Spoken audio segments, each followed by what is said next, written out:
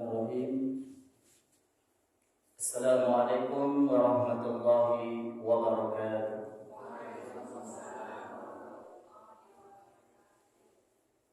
Innal hamdalillah nahmaduhu wa nasta'inuhu wa nastaghfiruh wa na'udzu billahi min shururi anfusina wa min sayyiati a'malina.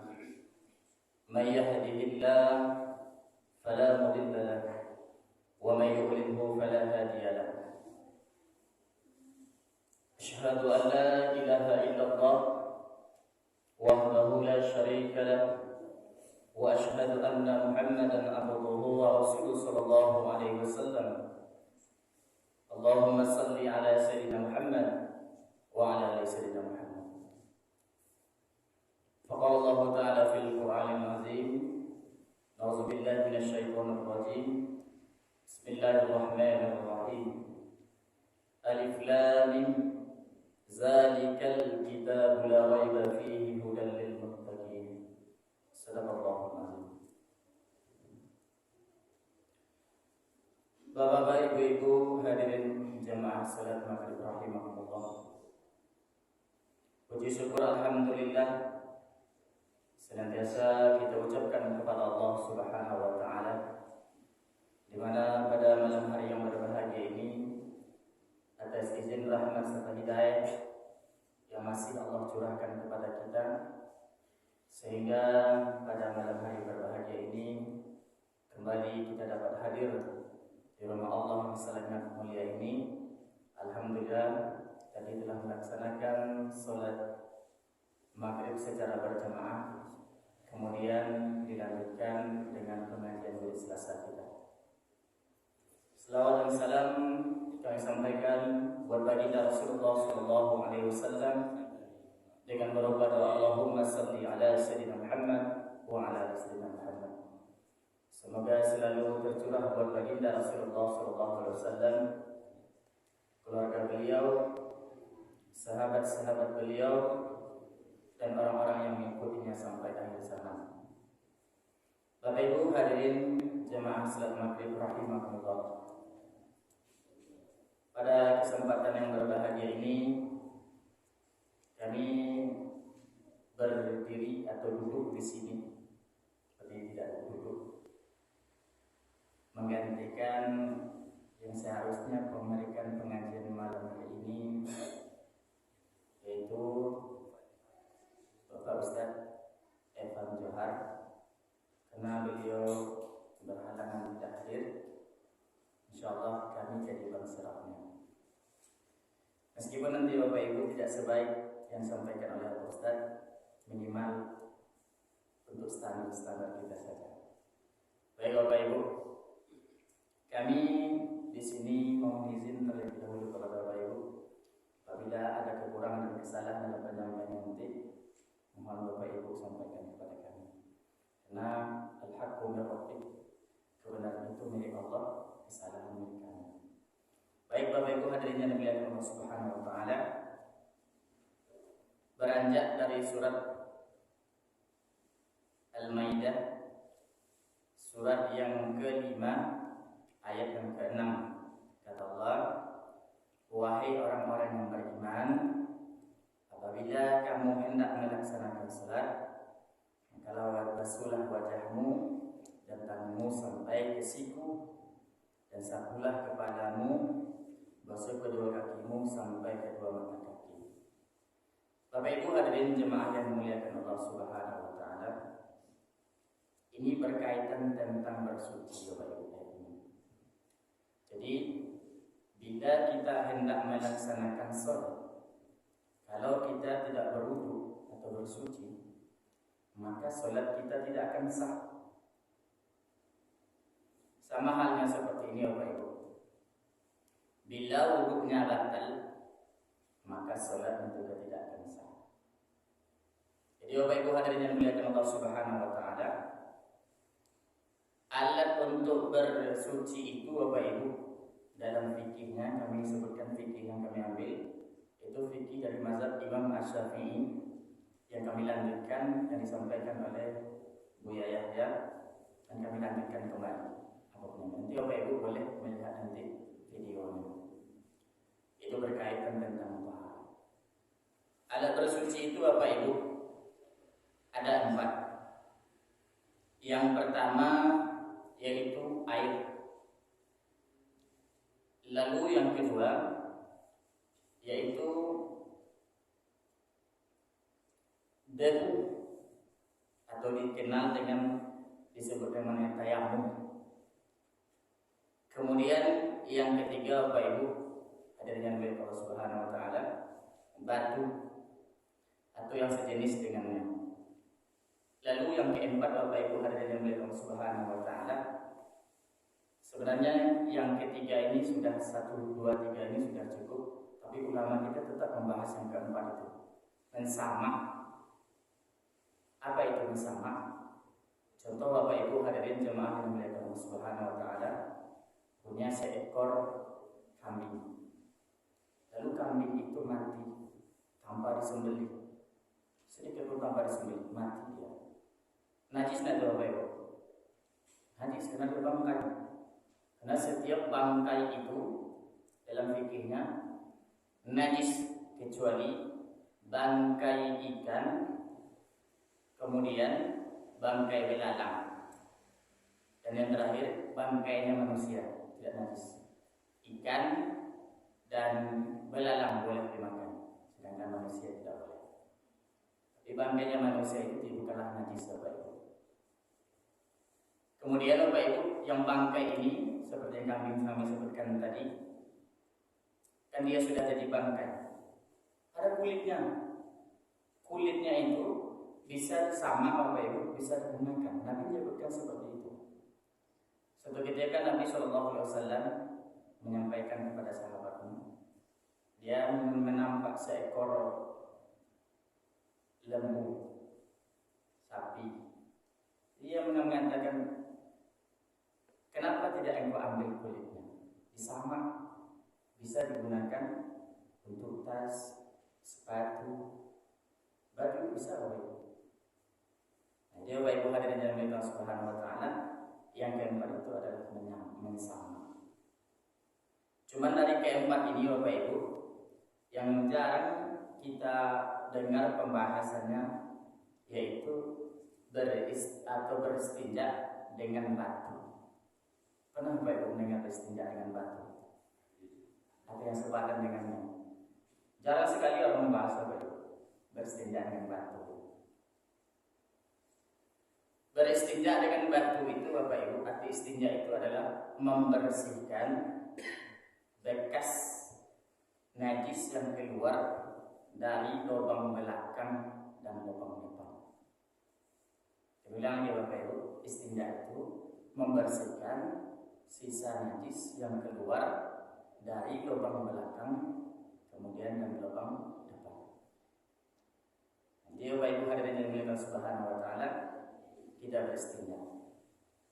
Sebelum kita masuk kepada istinja itu Bapak Ibu hadirin yang dimuliakan Allah Subhanahu wa taala, beristinja dengan batu atau yang sepadan dengannya itu memiliki 3 martabat. Memiliki 3 martabat. Jadi martabat yang pertama Bapak Ibu hadirin yang dimuliakan Subhanahu wa taala, dalam fikihnya disebutkan yaitu dibersihkan dulu dengan batu atau yang sejenis dengannya, kemudian baru dengan air. Itu yang afdol. Jarang kita dengar Bapak Ibu.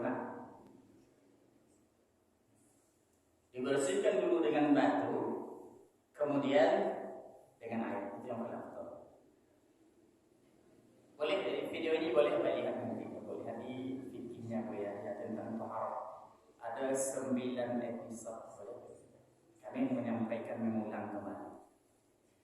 Kemudian yang kedua Bapak Ibu, memilih martabat yang kedua memilih salah satu.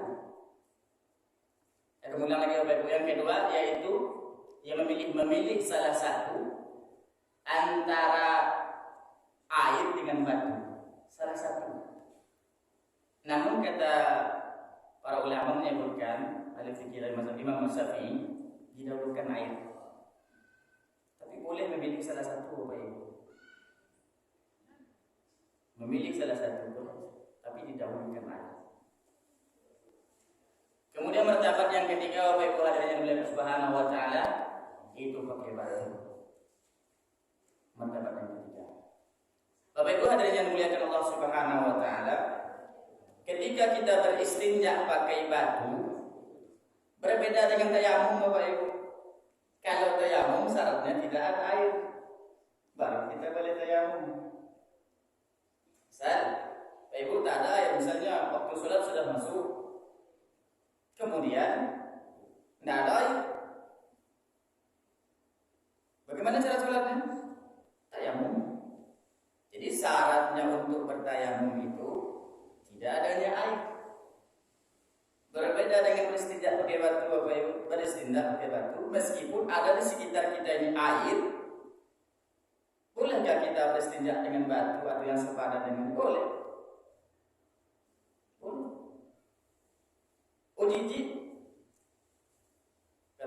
Kata ahli fikih menyebutkan Bapak Ibu, kalau kita jijik dengan yang dilakukan oleh Rasulullah maka wajib kita mencoba.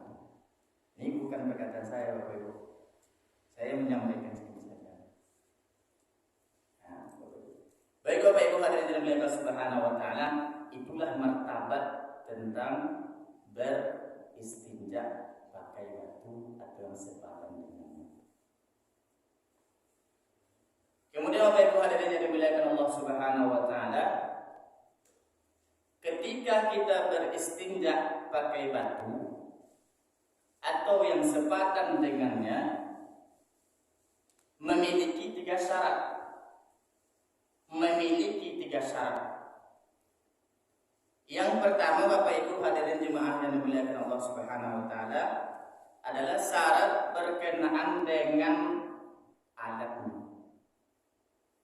Syarat berkenaan dengan alatnya. Syarat berkenaan dengan alat istinja ini Bapak Ibu nanti ada terbagi 5. Yang pertama Bapak Ibu, syarat beristinja itu ada 3. Syarat berkenaan dengan alatnya itu yang pertama. Kemudian syarat berkenaan dengan caranya. Kemudian Bapak Ibu yang ketiga adalah syarat berkenaan dengan tempatnya.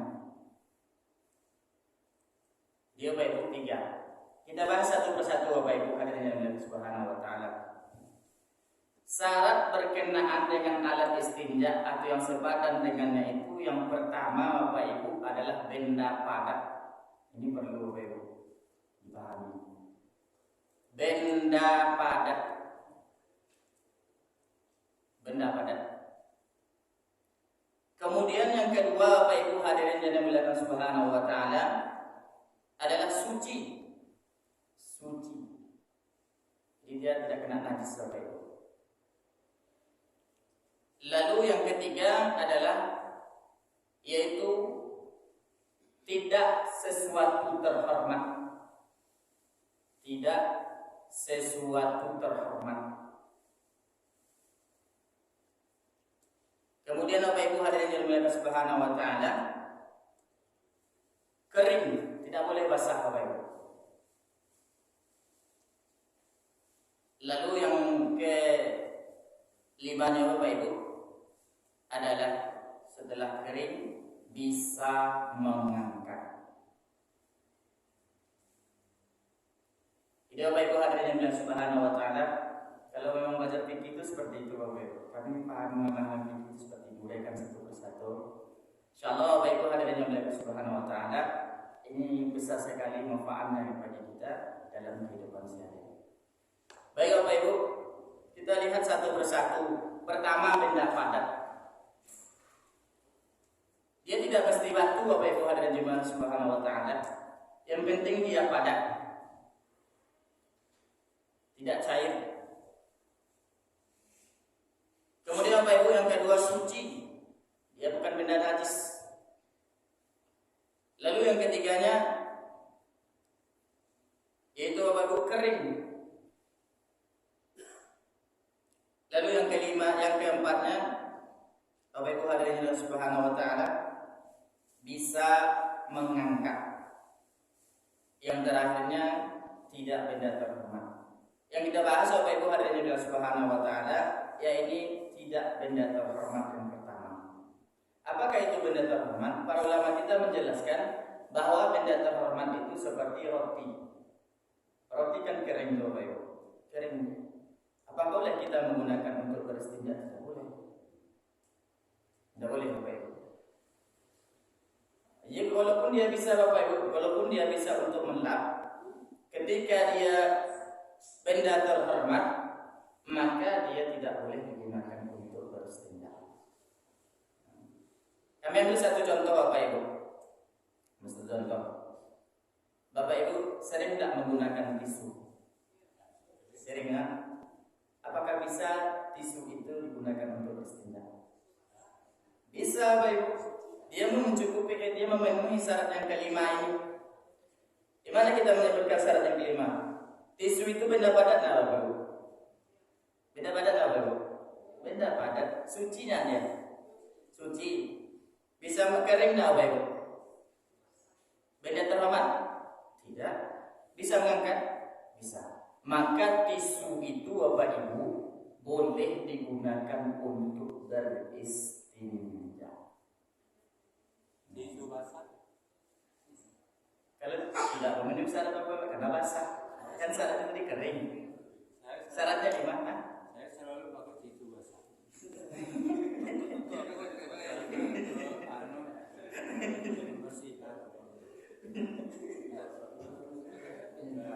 Kalau tisu basah Pak tidak bisa mencukup, tidak bisa termasuk syarat yang berkenan dengan alat. Syarat yang keempat kena kering. Tisu itu harus kering dia. Pertama benda padat, suci, tidak terhormat, kering dan bisa mengangkat. Kalau basah tidak bisa. Karena soalnya kenapa Bu? Para ulama kita menjelaskan tentang basah itu. Najis itu akan berpindah bila kita bersentuhan dengan basah. Ini maaf saja Bapak Ibu. Wawaw kan najis Bapak Ibu. Wawaw itu bukan air liurnya saja yang najis Bapak Ibu. Tidak. Babi itu bukan air liurnya saja, sekujur tubuhnya najis. Bila Bapak Ibu basah bersentuhan dengannya, maka sesungguhnya pada saat itu najis itu telah berpindah. Berpindah. Hati-hati ya Bapak Ibu. Benda yang tidak kering seperti tisu basah tadi itu tidak bisa mengangkat Bapak Ibu. Sama dengannya, Bapak Ibu pernah nak mengelap tai ayam dengan gempel basah? Itu bukan mengangkatkan najis Bapak Ibu, malah itu memindahkan najis. Kalau tidak Bapak sucikan, Ibu sucikan gempel itu, kemudian Bapak Ibu lapkan ke tempat yang lain, maka najisnya akan menyebar. Hati-hati ya Bapak Ibu. Pernah kami sampaikan, akan menyebar. Najis itu akan berpindah kepada tempat yang basah kalau dia bertemu. Begitupun kebalikannya Bapak Ibu hadirin Allah Subhanahu wa taala. Jika contoh Bapak Ibu, jika kita kering, contoh yang tadi basah, bersentuhan kita, sentuh basah, pindah Bapak Ibu. Maka Bapak Ibu hadirin Allah Subhanahu wa taala berhati-hati sekali. Sama-sama kering. Kalau sama-sama sekering, dua ulama mendapatkan. Pertama, kami uraikan tentang mazhab Imam Syafi'i. Kalau kata mazhab Imam Syafi'i, kalau kering sama kering tidak akan berpindah. Contoh maaf saja Bapak Ibu. Kami akan disampaikan ulama saja. Kalau fikih itu tidak boleh tutup ya Bapak. Kalau tutupi tidak fikihnya mana. Contoh Bapak Ibu. Ini ada tai ayam. Ini Bapak Ibu. Nah, Bapak Ibu kemudian letakkan sejadah di atas tuh. Sejadah, tapi syaratnya tidak tembusnya. Tidak tembusnya. Ketika Bapak Ibu sujud di sini, maka sholat Ibu sah. Sah. Bapak Ibu hadirin sekalian, kapan batalnya? Ketika najis itu sudah jelas bagi kita tembus. Sama dengan Bapak Ibu sholat, misalnya ini contohnya Bapak Ibu, ketika Bapak Ibu sholat, kemudian jatuh dari cicak besar sebesar ini. pas di tempat kita sujud. Kemudian ketika Bapak Ibu sujud, Ibu hindarkan itu. Tapi kalau kena dengan Ibu batal. Karena najis itu adalah pertama Bapak Ibu, seluruh yang keluar dari jalur belakang, jalur depan itu najis Bapak Ibu. Kalau kita bersentuhan dengan najis, maka sesungguhnya pada saat itu ibadah Allah Subhanahu wa taala, ibadah kita batal. Tapi ibadah yang batal Bapak Ibu wudu tak batal. Bagaimana caranya? Pergi kita kamar mandi, sucikan yang terkena najis itu. Contoh tangan kita dengan kebersihan. Begitu dalam fikihnya Bapak Ibu. Baik Bapak Ibu hadirin Subhanahu wa taala. Maka Bapak Ibu sesungguhnya tisu itu bisa digunakan untuk beristinja.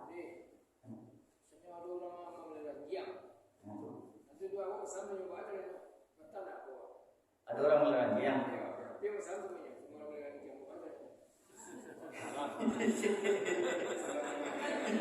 Wah, ayo Bapak.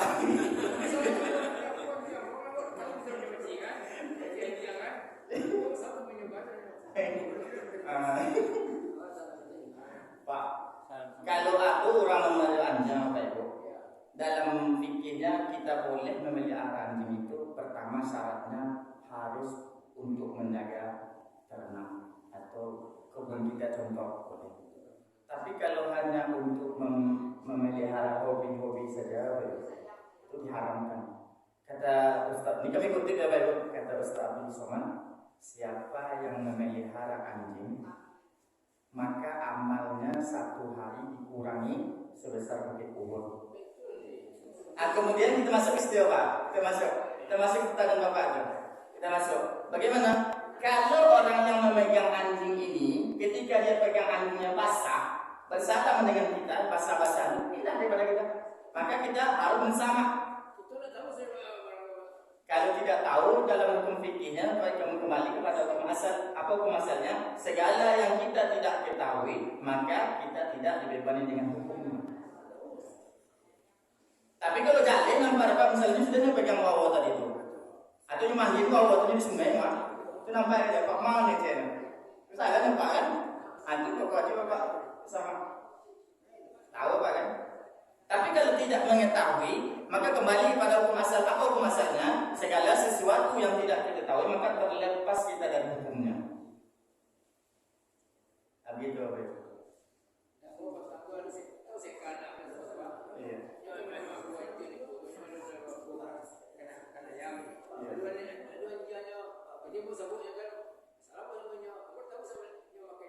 Kalau gitu terlepas Bapak. Bapak lu tekanan. Iya tergantung. Ketika makanya yang kita pahami dalam konsep fikih itu Pak, kita dah nampak nggak sama kita tangannya berkeringat itu megang wawo itu. Tapi kalau hanya sifat was-was saja, tidak boleh kata mazhab Imam Syafi'i, ulama bermazhab Syafi'i, sifat was-was itu adalah sifat dari bagian syaitan yang akan merusak kita. Itu boleh. Kalau dalam fikih itu Pak, hitam katakan hitam, putih katakan putih. Tak boleh berkata dua. Kalau kita tidak tahu, lepas kemudian jangan lupa menduga-duga, boleh menduga-duga.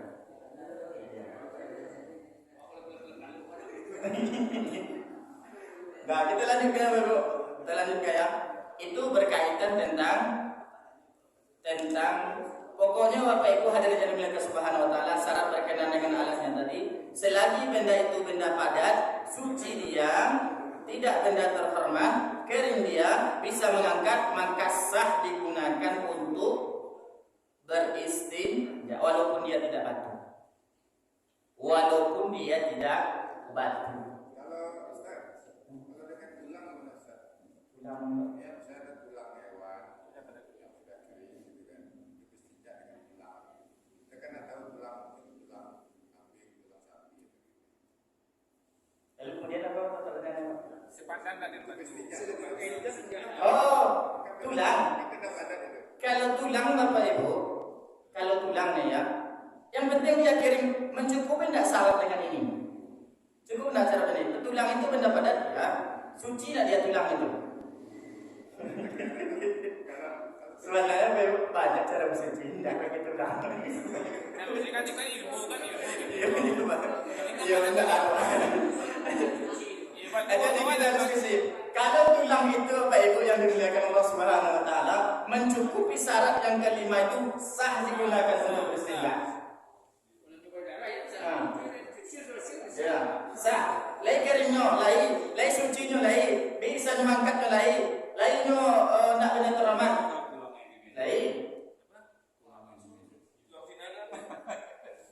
Asalkan penuh syarat yang kelima ini, maka dia sah digunakan untuk bersuci. Kemudian Bapak Ibu yang kedua, syarat berkenaan dengan caranya.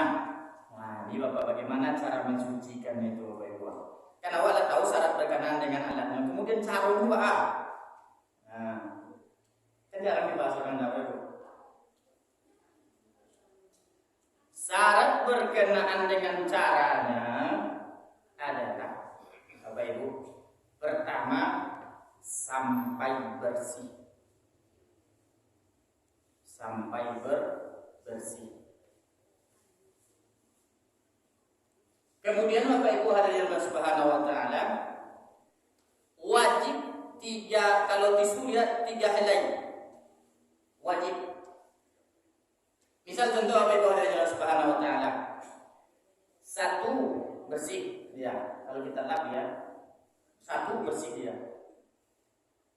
Maka 2, 3 dan belum lagi harus sampai 3. Harus sampai 3. Kalau sudah 3 Bapak Ibu hadirin Allah Subhanahu Wa Taala, tidak juga bersih.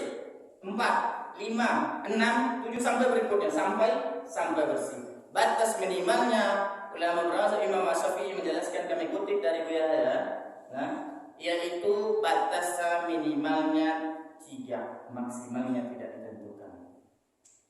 Kalau 3 belum bersih, maka tambah yang ke-4.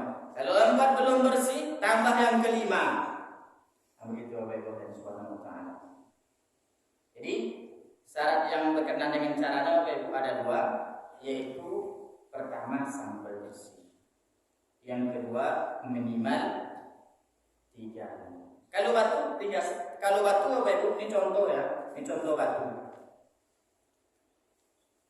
Batu itu Bapak Ibu pastikan dia mempunyai sudut 4. Yang 4. Ya 3 Bapak Ibu. Misal 1, contoh batu namanya 1, 2, 3. Boleh. Silakan. Boleh Bapak Ibu. Kalau tisu gampangnya ambil saja 3 lembar.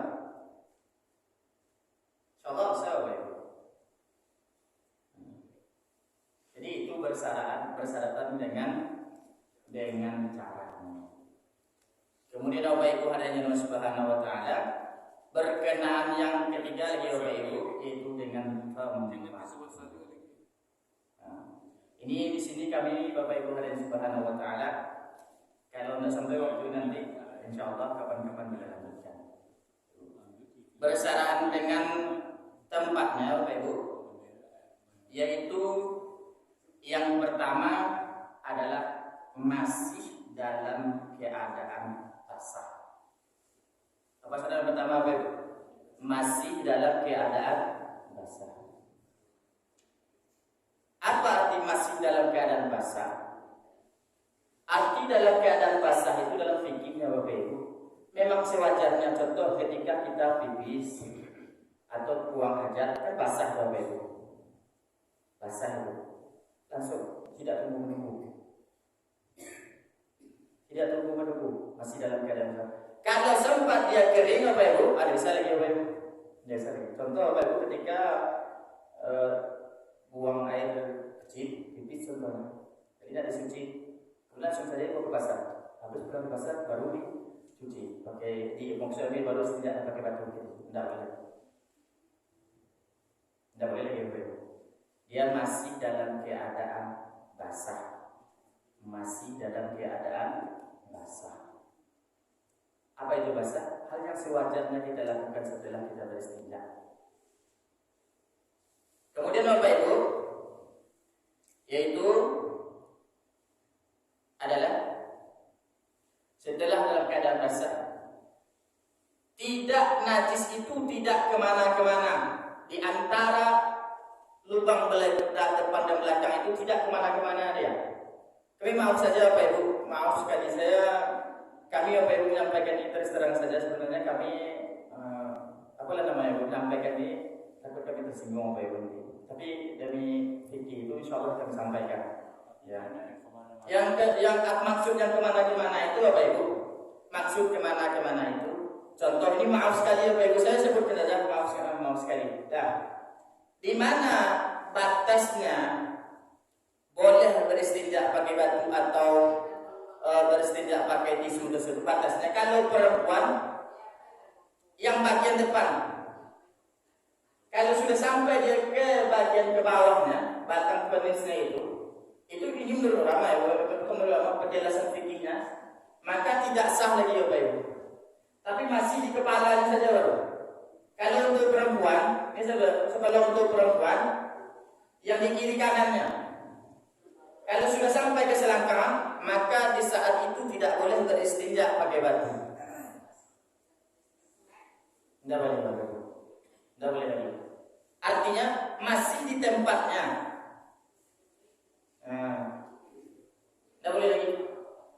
Kalau masih di tempatnya Bapak Ibu, maka boleh kita beristinja dengan batu atau yang sepadan dengannya. Tapi kalau sudah melebar kemana-mana, maka tidak boleh Bapak Ibu. Kemudian yang ketiganya Bapak Ibu hadirin subhanahu wa ta'ala, tidak tercampur sesuatu. Apa arti tidak bercampur sesuatu ini Bapak Ibu? Contoh, ketika Bapak Ibu buang air besar, kemudian jatuh buang air besar kita itu ke bawah, kemudian memercik ke atas lagi airnya. Ini adalah memercik ke atas airnya. Ya, kena dengan air itu. Ketika dia kena dengan air sudah bercampur dengan sesuatu itu, maka dia tidak boleh lagi beristinja. Berkemungkinan besar ketika kena air itu dia akan melebar jauh. Nah, dia Bapak Ibu, maksudnya tidak boleh kena sesuatu tersebut. Bapak Ibu hadirin jemaah subhanahu wa ta'ala, itulah mengenai tentang tempatnya. Kami bilang lagi Bapak Ibu, berkenaan dengan tempatnya itu ada 3, masih dalam keadaan kebasahan. Kemudian yang kedua, tidak kemana-kemana. Maksud kemana-mana tadi tidak melebar najisnya kemana-mana maksudnya. Sesuai dengan area yang kami sebutkan tadi. Nah, kalau untuk perempuan, kami ulang lagi, kalau laki-laki bagian depan itu tidak boleh ke bawahnya, di batang kemaluan tidak boleh. Kalau sampai ke sana menetes air pipisnya atau uang air kecilnya, tidak boleh. Kemudian yang ketiga, Bapak Ibu ada dengan subhanahu wa ta'ala, tidak tercampur sesuatu. Bapak Ibu, boleh Bapak Ibu ada dengan subhanahu wa ta'ala. Kalau ingin bertanya boleh silakan Bapak Ibu, berkaitan tentang batu tersebut atau sepadan dengan batu tersebut boleh. Kalau kami sarankan Bapak Ibu, kalau Bapak Ibu ingin melihat lengkapnya apa yang kami sampaikan ini, lihat lagi fikih ceramah fikih Buya. Judulnya Toharah, ada 9 episode. Coba Bapak Ibu. Ada yang Bapak Ibu tanyakan boleh mengenai istinja pakai batu. Saya selama ini Bapak Ibu, pemikiran saya, kata saya, batu itu sama dengan istilahnya apa namanya, ibarat tayamum dengan air. Ternyata tidak, Bapak. Tidak. Boleh memilih. Nah, begitu Bapak Ibu subhanahu wa ta'ala. Maka Bapak Ibu ada yang subhanahu wa ta'ala, jangan ragu beristinja dengan batu. Insya Allah Bapak Ibu sah. Bapak Ibu ada yang subhanahu wa ta'ala, ada yang ditanya boleh silakan beristinja dengan batu.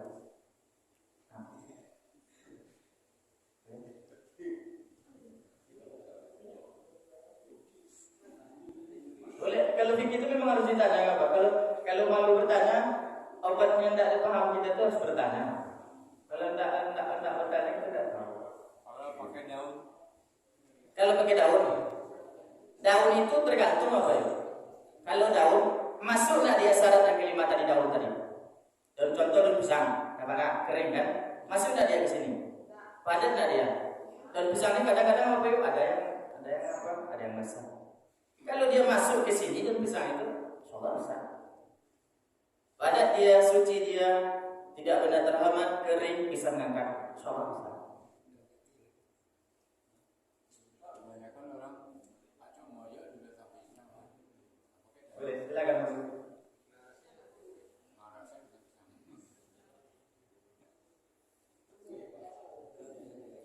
Baik Bapak Ibu hadirin subhanahu wa ta'ala. Kalau tidak ada lagi, mungkin itu saja yang akan kami sampaikan, dan kami mohon maaf kepada Bapak Ibu hadirin subhanahu wa ta'ala kalau ada kata-kata kami yang tidak berkenan di hati Bapak Ibu ketika penyampaiannya, karena kami ulangi sekali lagi bahwasannya apa yang kami sampaikan ini adalah banyak terdapat kesalahannya. Al-haqqu min rabbik. Kebenaran itu milik Allah, kesalahan itu milik kami. Bila Bapak Ibu hadirin jemaah subhanahu wa ta'ala kurang puas tentang apa yang kami sampaikan, boleh di lain hari itu Bapak Ibu bertanya kepada kami. Assalamualaikum warahmatullahi wabarakatuh.